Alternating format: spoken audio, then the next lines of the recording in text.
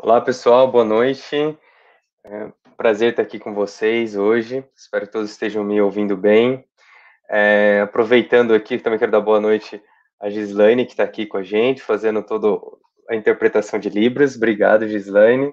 Aproveitando essa parte de inclusão, por acaso a gente tenha aqui algum participante com alguma limitação visual, eu estou de camiseta branca com o logo do evento, no fundo tem uma parede branca com um quadro e eu estou usando óculos, tá? Só para me identificar, caracterizar, caso a gente tenha alguém com alguma dificuldade visual. Então, mais uma vez, obrigado pelo convite de estar aqui com vocês. Eu gosto muito de poder participar com a comunidade. E vamos lá, né? Nosso tempo é curto, eu vou ser bem breve, só para me apresentar. Meu nome é Vinícius Caridá, o pessoal me conhece como Vini. Eu atuo aqui como head de plataformas digitais, planejamento, workforce manager, data e AI no Itaú. Também sou professor da FIAP e atuo bastante na comunidade como co-organizador do TensorFlow User Group São Paulo e do AWS User Group São Paulo. Então aqui tem os links. Depois, quem quiser mandar mensagem, mandar feedbacks, eu estou super aberto para bater um papo com vocês, tá bom? E vamos lá. Da mesma forma, eu estava acompanhando aqui umas palestras bem legais, né? E o pessoal sempre fala bastante, né? Dessa migração para nuvem, que não é mais se eu vou migrar, quando eu vou migrar, mas como eu vou, né? Porque é importante. Mas muitas vezes as empresas pensam que é simples, né? Só virar uma chavinha e começar a colher todo o benefício. E a mesma coisa acontece quando a gente fala de dados ou machine learning, data science. Aqui tem uma brincadeira, mas que ilustra um pouco disso. Muitas empresas acreditam que é só eu estocar muitos dados, independente do formato, independente da onde, como, contratar um cientista de dados ou um profissional de dados, uma mágica vai acontecer e ali bastante dinheiro vai fluir dentro da organização. E a gente sabe que não é bem assim, a gente sabe que os dados é importante, pode trazer muitos benefícios, mas não funciona tão fácil dessa maneira. E aqui eu tenho um exemplo que eu gosto bastante, que traz um pouco uma ilusão de como que é um fluxo de criar um modelo e de fato colocar em produção. E aqui é uma analogia, né, de como fazer um pão, né, e construir um modelo, onde eu tenho alguns ingredientes, pode ser o leite, farinha e etc. E eu tenho uma técnica, ou mais técnicas de machine learning, que é representada aqui pela batedeira, onde o cientista de dados vai tentar pegar esses ingredientes e misturar com a técnica para gerar a massa do pão, né? Que seria aqui a técnica mais os dados. Então ele vai gerar a massa. Quando ele gera essa massa do pão, a gente não sabe se o pão vai ficar bom ou não só com a massa. Dá para ter uma ideia, mas é difícil. Eu primeiro preciso assar essa massa e aí sim eu vou ter um pão pronto e eu vou entender se esse pão ele tá bom ou não para ser consumido. E aí aqui eu começo a colocar alguns pontos importantes. O primeiro imagina que eu ainda não sei a melhor receita do pão. Se eu colocar muito fermento, ele cresce muito. Se eu colocar pouco, ele não cresce. Muito leite, pouco leite. Eu vou misturando, né? Que é um pouco de fazer a feature engineer, saber quais são as features mais importantes, os dados mais importantes, até eu chegar naquela massa ideal. E eu só vou saber se aquela massa é ideal depois de assado, né? E aqui começa a entrar um ponto importante de nuvem, que é a escala. Imagina que o forno está representando a minha infraestrutura para treinar meus modelos. Imagina se eu tivesse um forno muito pequeno que demora 5 horas para assar um pão. E eu, como eu não tenho a receita pronta, vou testar muito, né? Então, aqui a infraestrutura me traz toda essa vantagem de eu testar muitos modelos em paralelo, fazer o que a gente chama de fine tuning, etc. Um outro ponto importante quando você faz um pão na sua casa, você pode comer esse pão, você pode compartilhar até ali dentro do seu círculo familiar ou com algum amigo. Mas se você quiser distribuir esse pão para todas as redes ou para as maiores redes de supermercado do Brasil, por exemplo, você tem que seguir alguns protocolos, né? Você tem que garantir todos os protocolos da Anvisa, por exemplo, né? Porque você está fazendo um alimento, você tem que ter toda uma preparação para embalar. Na embalagem, você tem que ter todas as informações nutricionais desse pão. Você tem que garantir reproducibilidade, então sempre vai ser o mesmo pão do mesmo formato, do mesmo gosto, né? Então você tem que garantir todos os passos e tem que garantir escala, porque se eu quero distribuir para todo o Brasil, por exemplo, eu preciso garantir que eu vou ter uma produção mínima. E a produção mínima depende dos ingredientes. Então, a minha produção final, né, a meu ciclo tem que estar ligado com os ingredientes. E um ponto importante aqui também de citar é que esse ciclo que eu expliquei, eu já estou considerando que o leite, por exemplo, né, já está aqui na geladeira para ser usado. Mas, como dizia o Sérgio Cortella, vaca não dá leite, né? Alguém tem que ir lá e tirar o leite da vaca, então prender a vaca no curral, tirar o leite, fazer todo o processo do leite até ele chegar aqui na geladeira para ser um ingrediente para ser usado no meu modelo. Então, toda essa alusão aqui, né, de pegar o dado lá na fonte, né, ou como se diz, o dado é o novo petróleo, então perfurar lá o poço de petróleo, extrair até trazer aqui para ser usado, não é fácil. E principalmente integrar tudo isso no ciclo de vida de um modelo e entregar isso de maneira que vai de fato dar resultado para o negócio. Não vai ser um modelo que vai ficar na minha máquina, né, como eu faço pão e eu como em casa e ninguém conhece. Então, se eu quiser de fato colocar em produção e dar resultado para o negócio, eu tenho que criar todo esse pipeline. Tá? E aí tem um dado importante, que é mais de 87% dos projetos de data science nunca vão entrar em produção. Uma brincadeira aqui, né? Que às vezes a gente fica muito na parte teórica e na hora de colocar aquilo de fato em prática não é tão viável assim. E para eu conseguir fazer esse ciclo de vida completo, a gente tem que se atentar a algumas partes importantes e criar todo esse ciclo de vida. E aí eu acho que vocês conhecem bem a questão do DevOps, né? Então, eu ter todas as etapas e de uma maneira mais automatizada possível, né? Então, integrar o desenvolvimento com a operação, mas de maneira automatizada. O que acontece é quando a gente fala de dados, inclui-se algumas coisas aqui. Então, além de versionamento de código, por exemplo, tem versionamento do dado, eu tenho versionamento de feature, versionamento de parâmetros dos modelos, né? E assim por diante. Então, tem algumas complexidades a mais para gerenciar. Mas, de maneira muito geral, a gente tem que se atentar a ter todos os dados, então fazer a ingestão dos dados, depois validar esses dados, ver se eu tenho dado faltante, ver o que tipo de dado que eu tenho, né? E fazer a transformação desse dado, que nem sempre eu vou usar o dado de maneira cru, como foi capturado. Eu tenho que, por exemplo, fazer alguma normalização, discretizar, normalizar ou transformar esse dado. Eu tenho um dado numérico, quero transformar ele em categórico, ou de categórico para numérico, enfim, fazer toda essa análise e transformar. E mais uma vez, né, cada etapa dessa, importante eu documentar e automatizar, porque como um ciclo de data science ele é contínuo, eu sempre tenho que estar retreinando o meu modelo. Eu tenho o Continuous Integration, Continuous Training, que é algo normal do CI/CD, né, normal do desenvolvimento de software. E quando a gente fala de Machine Learning, entra mais um elemento, que é o CT, ou CT, Continuous Training. Eu tenho um treino contínuo também, e esse treino passa para essa captura de novos dados, marcação, validação e transformação. Depois que eu tenho dado, eu vou para a parte de treinamento do modelo. Então, eu vou testar algumas técnicas, né, redes neurais, XGBoost e assim por diante, e vou validar esse modelo.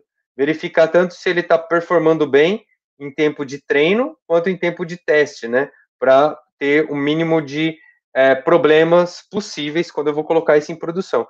E uma vez validado, eu tenho que, de fato, colocar esse modelo em produção, e o ideal é que ele seja fácil de servir, tanto para aplicações, né?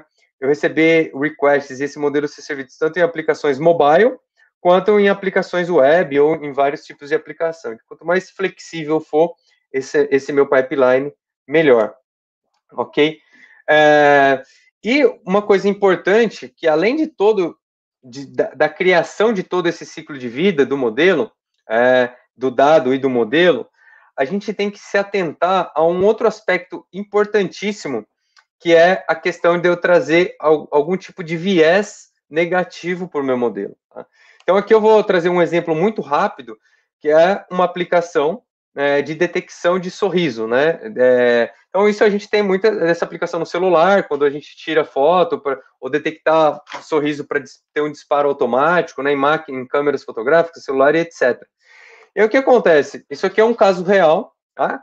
Que foi criado um modelo onde a taxa de falso positivo, que o FPR é de False Positive Rate, a taxa de falso positivo, ela estava numa média ok, né? Então a minha quantidade de erros estava ok.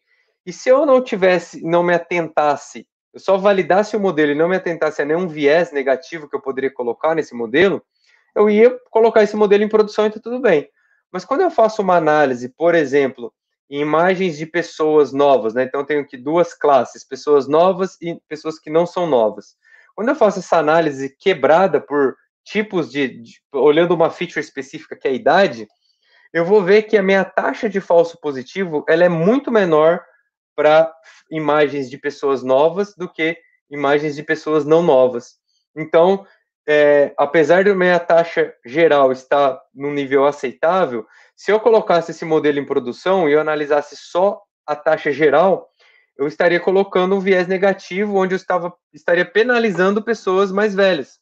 Então, não ia funcionar tão bem a aplicação para pessoas mais velhas. Então, isso é muito ruim. A gente vê isso acontecer trazendo viés de gênero, de raça, e a gente não pode colocar nos nossos modelos os preconceitos que, infelizmente, ainda temos aqui na nossa sociedade. Então, o que a gente pode fazer? A gente pode usar alguma biblioteca que nos ajude a fazer essa análise. Então, aqui eu tenho um exemplo de uma biblioteca que chama Constraint Optimization, é uma biblioteca gratuita, open source, né, do TFX, onde eu consigo estratificar meus dados, né, em subsets e colocar essa restrição dentro do meu treinamento. E aí o que acontece? Quando eu coloco essa restrição de maneira relativamente simples, porque todas essas linhas de código que estão aqui nesse exemplo eu já teria que criar no meu modelo, eu só incluo aqui 3 linhas de código no máximo, e aí com essa biblioteca, o que eu consigo fazer? Eu mantenho a minha taxa geral de falso positivo, que é aqui, ó, meu delta aqui de diferença ele é 0. Eu aumento um pouquinho o meu falso positivo na taxa dos mais novos, mas eu diminuo drasticamente o falso positivo na taxa de classificação de sorriso de imagens de pessoas mais velhas. Então, eu consigo manter uma assertividade geral igual, mas sendo mais justo com o meu modelo, certo? Então, eu consigo aplicar algumas técnicas que me ajudam nisso. Então, é importante entender que nós, né, como seres humanos, a gente tem uma história de que a gente não faz um design, não toma decisões de design olhando para a necessidade de todos. A gente às vezes fica focado, por isso que é tão importante a diversidade, né? No design de um produto, principalmente quando a gente fala de um produto de machine learning de dados, que vai tomar decisão ou vai influenciar em decisões. Então, isso é muito importante. E a gente pode ter esse viés humano em qualquer etapa desse ciclo. Então, a gente tem que construir um ciclo, mas tem que pensar em todas as etapas que pode ter um viés humano e como que a gente diminui esse viés para fazer ter mais justiça possível e menos bias nas nossas aplicações. Então, por isso que é importante a gente ter a ideia de todo esse ciclo, que, importante, sempre começa entendendo o negócio, então é importantíssimo conhecer do negócio, e depois passa para aquisição, exploração do dado, selecionar o melhor algoritmo, definir todo o nosso pipeline de dados e fit engineer, construir o modelo e validar, sempre pensando em na maior conjunto de teste possível, né? Não só no falso positivo, mas em viés, etc. Uma vez validado, a gente vai validar com os sponsors resultados, fazer o planejamento para deploy e monitorar, né? Um modelo de machine learning, uma aplicação de machine learning, você tem que monitorar e garantir que eu não estou tendo nenhuma queda de performance ou se eu não pensei em nenhuma situação que esse modelo pode estar gerando algum viés para a sociedade, tá bom? E aí, uma mensagem importante, essa figura é muito conhecida no mundo de machine learning, que é o código de machine learning, ele é importante, ele é complexo, mas ele é só um pequeno pedaço de tudo que eu preciso. Tá? E aí que entra muito forte esse desenho, né, todo de um fluxo de machine learning, que vai desde o pipeline de dados até colocar o modelo em produção e monitorar, que foi um pouco do que eu falei. E aí entra dois conceitos que eu acredito ser muito importantes para a gente chegar nas aplicações de cloud, né? Como que os grandes cloud providers podem nos ajudar. É o quê? Eu tenho algumas complexidades que a gente chama de complexidades intrínsecas, que é conhecer o domínio de negócio, selecionar o melhor modelo, as melhores features, fazer fine tuning.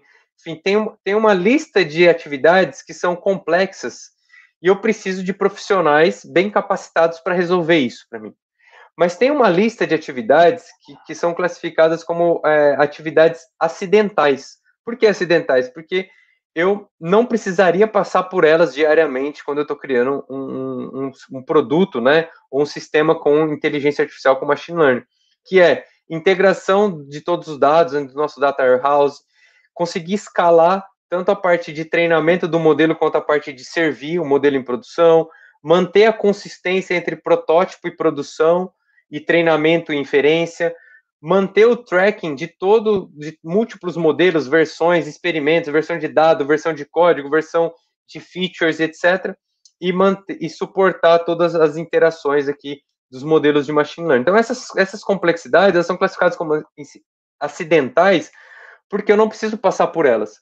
E eu consigo resolver de maneira mais simples se eu tiver uma plataforma que ajude a fazer a melhorar esse meu ecossistema.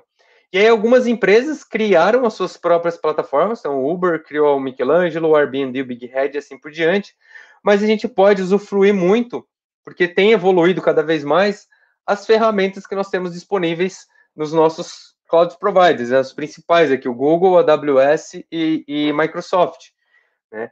Então aqui dá para ter uma ideia de um pipeline completo de dados que começa desde a ingestão até o storage, né, o data lake, até toda a preparação e processamento desses dados e dos modelos, até eu juntar isso no meu data warehouse, fazer lab, testar e apresentar os resultados e, de fato, colocar em produção. Né? Então, o Google ele tem todos esses serviços gerenciados que faz com que eu consiga montar um pipeline e tem o AI Platform, que é uma ferramenta que une tudo isso e facilita o deploy. Inclusive, há 2 semanas atrás, teve o Google I.O. e o Google lançou o Vertex, que é uma versão mais evoluída aqui desse ecossistema de machine learning. A AWS, mesma coisa, eu tenho vários serviços gerenciados, onde eu consigo criar todo esse pipeline de dados em machine learning, e tenho o SageMaker Studio, que condensa e facilita também o deploy, e a Microsoft similar também. Tá? Então, hoje, com o poder computacional que a gente tem em nuvem e todos esses serviços gerenciáveis, a gente consegue escolher quais são os melhores serviços, ou qual que, na minha estratégia, né, qual que é a melhor cloud aqui que pode me ajudar, e aí facilita muito a criação de um pipeline, né, de um ciclo de vida completo de machine learning, desde a ingestão até colocar o modelo em produção e monitorar esse modelo. Além dos serviços gerenciáveis, que aí eu fico, às vezes, preso a um desses cloud providers, a gente tem algumas ferramentas open source, né? Tem o Kubeflow, Airflow e etc. Eu vou falar hoje aqui, a gente tem pouco tempo, vou falar de uma específica, que é o TensorFlow e o TFX, né, o TFX, que é o TensorFlow Extended, o TensorFlow estendido. E o TensorFlow, ele nos dá várias bibliotecas para construir cada etapa do pipeline, desde a ingestão e validação dos dados até treinamento e análise do modelo e deployar esse modelo. Então, eu tenho várias bibliotecas, algumas mantidas pelo Google, outras mantidas pela comunidade, mas todas open source. E aí, se eu quiser criar e até misturar, né? Quando eu crio aqui, eu posso criar todo o pipeline pelo TensorFlow Extend, mas eu não preciso gerenciar pelo Kubeflow, por exemplo. Eu posso gerenciar pelo Airflow, eu posso usar várias outras ferramentas open source para criar o meu pipeline customizado. E aí tendo meu pipeline customizado, eu rodo em qualquer cloud provider, pode ser no Google, pode ser na AWS, pode ser na Microsoft, e também pode ser on-premise. Então, se a gente quiser trabalhar dessa maneira. Então, isso aqui facilita. Eu tenho um trabalho a mais, porque eu vou ter que construir, apesar de ter bibliotecas que nos ajudam, eu vou ter que construir ele, mas eu consigo customizar e rodar onde eu quiser. Então, a gente tem o cardápio aqui para escolher o que se ajusta melhor à estratégia, tá? E, por fim, dentro desse pipeline de bibliotecas que nos ajudam a criar toda essa camada do fluxo de dados, a gente também tem alguns recursos que nos ajudam a criar isso de maneira responsável, né? Que eu estou falando um pouco aqui no talk, mas que é muito importante hoje criar produtos com responsabilidade, independente de onde a gente vai rodar. É nossa responsabilidade aqui pensar em como que eu garanto a máxima isonomia aqui das minhas aplicações. Eu vou falar rapidinho de algumas ferramentas que também são open source, pode ser colocada nesse ciclo de vida e nos ajudam nisso. Então, dentro da primeira etapa de uma construção de uma solução onde eu tenho a definição do problema, eu tenho aqui duas ferramentas interessantes. Uma é esse People AI Guidebook, que tem as melhores práticas para desenvolvimento de processos e as principais considerações que eu preciso me atentar na hora de desenvolver o meu software. E essa outra, o Pair Explorables, que ajuda a explorar o domínio de negócio, tem alguns conceitos principais e etc. Tá? Depois, na segunda etapa, onde eu estou mais focado na construção e preparação dos meus dados, né, eu tenho que saber se meus dados são representativos, né, se tenho diversidade, se eu tenho algum viés do mundo real, e mesmo que ele exista no mundo real, isso não é justificativa para eu colocar esse viés também no meu modelo. Eu tenho mais duas ferramentas interessantes aqui. Uma é o TF Data Validation, onde eu vou analisar e transformar os dados e detectar alguns problemas e também engenharia para ser mais efetivo nas minhas features. E o Data Cards, onde eu vou tentar criar mais transparência para reportar esses dados. Numa terceira etapa, onde eu vou começar agora, que eu já defini o problema, construí meu pipeline de dados, eu vou começar a construir e treinar o meu modelo, eu tenho aqui mais 5 bibliotecas interessantes que podem ajudar, que é o Model Remediation, onde eu vou treinar modelos e vou tentar promover saídas mais balanceadas, né, para evitar qualquer viés. O Privacy, que é para treinar modelos com privacidade. Não é porque eu uso dado para treinar um modelo que eu preciso expor dado sensível do meu usuário. Dá para fazer isso, treinar um modelo sem expor o usuário. Isso é importante, principalmente aí com LGPD, é importante garantir toda a privacidade do usuário. O Federated, que é uma outra aplicação bem interessante, que eu consigo treinar modelos de forma descentralizada, então também não preciso coletar todos os dados, juntar tudo, então eu consigo garantir treinamento descentralizado e com isso eu não preciso ficar coletando tanto dado do usuário, isso também ajuda muito. O Constraint Optimization, que foi o exemplo que eu usei, essa biblioteca que eu usei naquele exemplo, para colocar alguma restrição e balancear, não só verificar o resultado total do meu modelo, mas dentro de alguns subconjuntos de dados, e o Lateness aqui, que ajuda também a controle, flexibilidade e interpretação de alguma etapa do modelo. Na etapa 4, onde eu começo a validar o meu modelo, antes de deployar, aqui a gente tem também um conjunto bem grande, de algumas só do conjunto, né? Que eu estou colocando 7 na tela. Então, o Arif Tool, por exemplo, que é para explicar o que está acontecendo, fazer análise do modelo, o Fairness Indicator, que é para indicar como que eu estou sendo justo aqui com o meu modelo, o TensorBoard, que me gera várias análises em tempo real do treinamento do meu modelo, Explainable AI, que também traz toda essa parte de explicação, né, do o que meu modelo está considerando, o que ele não está considerando, que feature está sendo importante, etc. E a parte de privacidade no teste. Então, a gente tem um conjunto grande. E, por fim, quando eu vou deployar, a gente tem que deployar e monitorar, né, não é porque eu garanti nos testes que em produção o resultado vai ser igual. Então, eu tenho que tentar ter a garantia mínima nos testes, mas tem que monitorar isso em tempo real, né? E garantir que o comportamento que está acontecendo em produção é o mesmo que eu verifiquei em tempo de construção e teste. Certo? Último recado aqui, eu acho que eu estou em cima do tempo, que construir é fácil, né? Mas operar é difícil.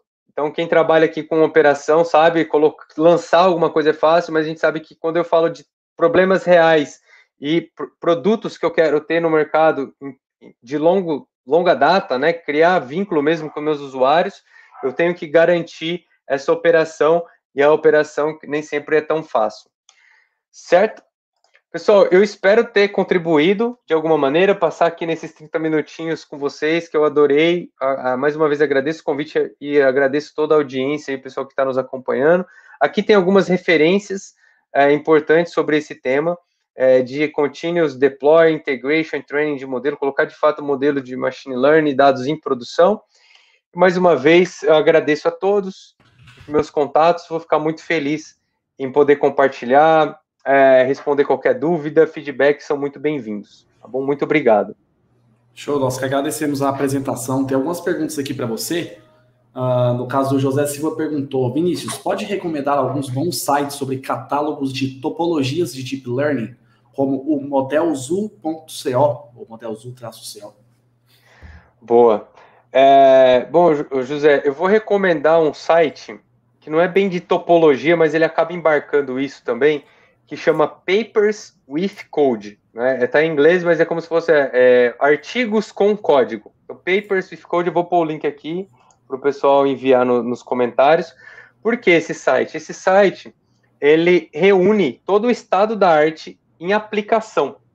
Então, você vai ter lá várias divisões. Então, eu quero saber mais sobre speech recognition, ou sobre processamento de linguagem natural, ou sobre reconhecimento de faces. Então, ele tem toda essa quebra por aplicação.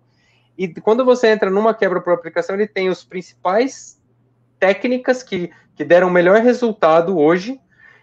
Então, tem lá todo o paper técnico explicando qual foi a topologia de rede que foi usada, quantos neurônios, quantas camadas, quais camadas foram usadas, e sempre tem um GitHub atrelado. Então, você tem um código também daquilo para você testar, normalmente algum dataset público também. Então, eu recomendo muito esse recurso, porque ele é bem completo, é open source também, vale muito a pena. Legal, acho que temos mais uma pergunta aqui. Ó.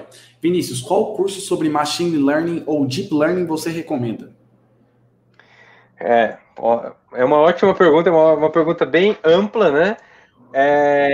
Depende muito do seu objetivo, porque, como eu falei, o ciclo de vida ele é bem completo, né? E depende muito de onde você mais quer atuar.